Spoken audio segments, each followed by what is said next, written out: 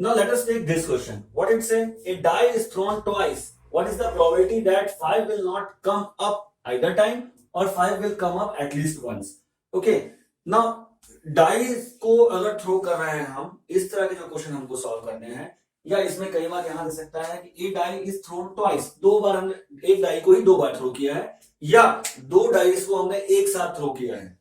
दोनों केस को सॉल्व करने का तरीका एक ही है। इट विल बी कंसिडर्ड अगर हमने एक डाई को दो बार थ्रो किया, उसकी रीडिंग ली, या फिर दो डाइस को एक साथ थ्रो किया, है ना, दोनों का मतलब एक ही है हमारे हिसाब से। और उसको सॉल्व करने के लिए जो टेक्निक है वो यहां हम उस टेक्निक को समझ लेते हैं। उसके बाद इस तरह के कितने भी क्वेश्चंस होंगे हम सॉल्व कर पाएंगे उस टेक्निक को समझने के बाद। ओके, तो डाइस क्या होता है? डाइस के 6 फेज होंगे। 6 फेज में हर फेज में 1 से लेके 6 तक, 6 फेज में 1 2 3 4 5 6 ऐसा लिखा होगा ना। यहां हम एक चार्ट अगर ड्रॉ कर लें, इस तरह से हम एक चार्ट ड्रॉ कर लेते हैं, एंड चार्ट में जैसे एक तरफ डाई 1 है और यहाँ पे डाई 2 है। इस केस में हम क्या लिखेंगे? डाइस थ्रोन फर्स्ट टाइम, या डाई की रीडिंग फर्स्ट टाइम है और डाई की रीडिंग सेकंड टाइम है, या डाई 1 डाई 2 है। ठीक है, तो अब डाई को हमने थ्रो किया है तो हमारे पास क्या आ सकता है? लेट अस सी, यहां आ सकता है 1 2 3 4 5 एंड 6। ठीक है, इस डाई 1 में क्या क्या आ सकता है? 1 2 3 4 5 एंड 6 आ सकता है, इतने आ सकता है। इस डाई 2 को अगर थ्रो करेंगे तो क्या आएगा? 1 2 3, इस तरह से आ सकता है ना। इसमें 6 आ सकते हैं, 6 तक आ सकते हैं नंबर, इसमें 6 तक आ सकते हैं। और दोनों को हमने साथ में थ्रो किया, या दोनों को 1 बाय 1 थ्रो करके उसकी रीडिंग देखी, तो क्या आ सकता है? फर्स्ट डाई में 1 आया, सेकंड में 1 आया, ऐसे आ सकता है। ठीक है, या फर्स्ट में 1 आया, सेकंड में 2 आया, ऐसे आ सकता है। या फिर फर्स्ट में 1 आया, सेकंड में 3 आया, यही पॉसिबिलिटीज है ना, और तो कोई पॉसिबिलिटी नहीं है। इस तरह से तो पॉसिबिलिटीज फाइंड आउट करते हैं हम, इस तरह से 1 and 5 and 1 and 6। First die में 1 आ रहा है, सेकंड डाई में 1 आ सकता है, 2 आ सकता है, 3 आ सकता है, 4 आ सकता है, 5 आ सकता है, 6 आ सकता है, यही पॉसिबिलिटी है। इसी तरह से अगर सेकंड डाई को हम देखें, तो फर्स्ट डाई को देखें, फर्स्ट डाई में अगर 2 आता है, ठीक है, मान लीजिए यहां 2 आया, तो इस डाई में क्या आ सकता है? Again 1,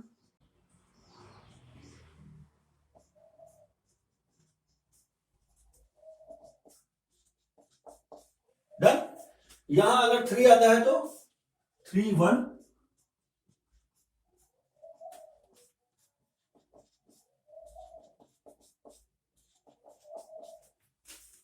done. यहां अगर 4 आता है तो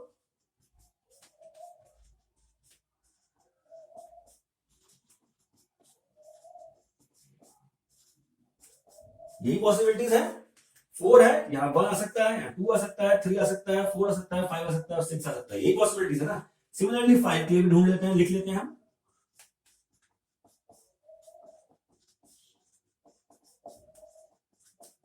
ठीक, सिमिलरली 6 के लिए भी लिख लेते हैं।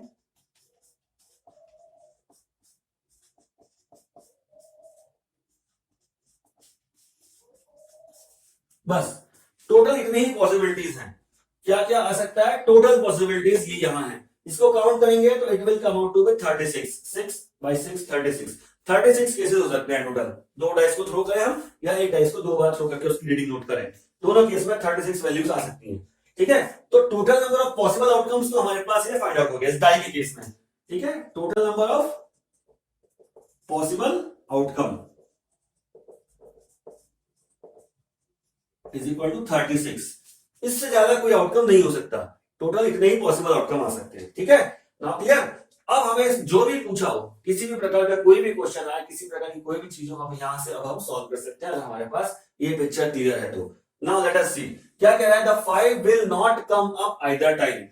जब हम डाई थ्रो करें, पहली बार में भी 5 ना आए और दूसरी बार में भी 5 ना आए, तो ऐसा कितनी बार हो सकता है? नाउ इट इज सीन, आप यहां काउंट कर सकते हो, देख सकते हो 5 कहां नहीं आ रहा है, या फिर हम कह सकते हैं कि 5 कहां कहां आ रहा है, हम उसको देख लेते हैं। 5 कहां कहां आ रहा है? नाउ 5 वाले कहां है? या तो फर्स्ट डाई में 5 आ जाए, तो ये पूरे केस बनते हैं ऐसे, फर्स्ट डाई में 5 आ जाए, ये सारे केस बनते हैं। फर्स्ट डाई में 5 आ रहा है, यहां पर 5 1 5 2 5 3 5 4 5 5 5 6, इस तरह से फर्स्ट डाई में 5 आ रहा है। और सेकंड डाई में 5 आए तो कहां बन रहा है केस? वो यहां बन रहा है। तो लेट अस सी, फर्स्ट डाई, यहां सेकंड डाई में 5 आ रहे हैं, ठीक है, क्लियर है ना। फर्स्ट डाई में 5 आ रहे हैं, इतना ये केस है, सेकंड डाई में 5 आ रहा है, इतना ये केस है। ओके, हमको पूछ रहा है, हम देखते हैं पीई, हम इवेंट लेते हैं, that is 5 probability of 5 on any dice, या एनी, यहां पे दो एक ही डाई है, एनी थ्रो, किसी भी थ्रो में 5 ना आए, तो 5 विल नॉट, 5 आए हमारे लिए, पहले हम इसको निकाल रहे हैं कि 5 आए, 5 will not come up either time, हम कह रहे हैं किसी भी डाई में 5 आ जाए किसी भी टाइम। तो यहां पे कितनी पॉसिबिलिटीज ऐसी हैं जिसमें 5 आएगा, दैट इज 1 2 3 4 5 6 एंड 1 2 3 4 5 6, 12 पॉसिबिलिटी है जहां आ सकता है, लेकिन एक 5:5 ये दोनों में कॉमन है, तो टोटल कितनी पॉसिबिलिटीज हो गई, 11 पॉसिबिलिटीज हो गई, क्योंकि यहां हमने इस समय काउंट कर लिया, वहां दोबारा काउंट नहीं करेंगे। Let us see once again, कितनी पॉसिबिलिटीज है, 1 2 3 4 5, इसको हमने काउंट कर लिया है 6, और 1 2 3 4 ये हम पहले काउंट कर चुके हैं, ठीक है, 6 यहां तक हो गए, 7 8 9 10 इसको हम ऑलरेडी काउंट कर चुके हैं, फिर काउंट नहीं कर रहे हैं, 11, तो टोटल 11 चांसेस ऐसे हैं जहां पर या तो पहले डाइस में, या फर्स्ट थ्रो में, या सेकंड थ्रो में हमारे पास 5 आएगा। तो probability of 5 in any throw, of 5 in any throw क्या है, that is total number of favourable outcomes, that is 11 है हमारे पास, and total possibilities, total outcome it is 36। तो किसी भी आउटकम में 5 होने की प्रोबेबिलिटी क्या है, 11/36। तो यही तो हमें पूछा है, सेकंड क्वेश्चन है, 5 will come up at least once, at least once, तो यहां एटलीस्ट वन का मतलब क्या है, कम से कम एक बार आए, और दोनों बार भी आए तो भी कोई इशू नहीं है, उसको भी हम कंसीडर करेंगे, तो it comes out to be 11/36, 5 आने की पॉसिबिलिटी। और हमें ये पूछ रहा है 5 ना है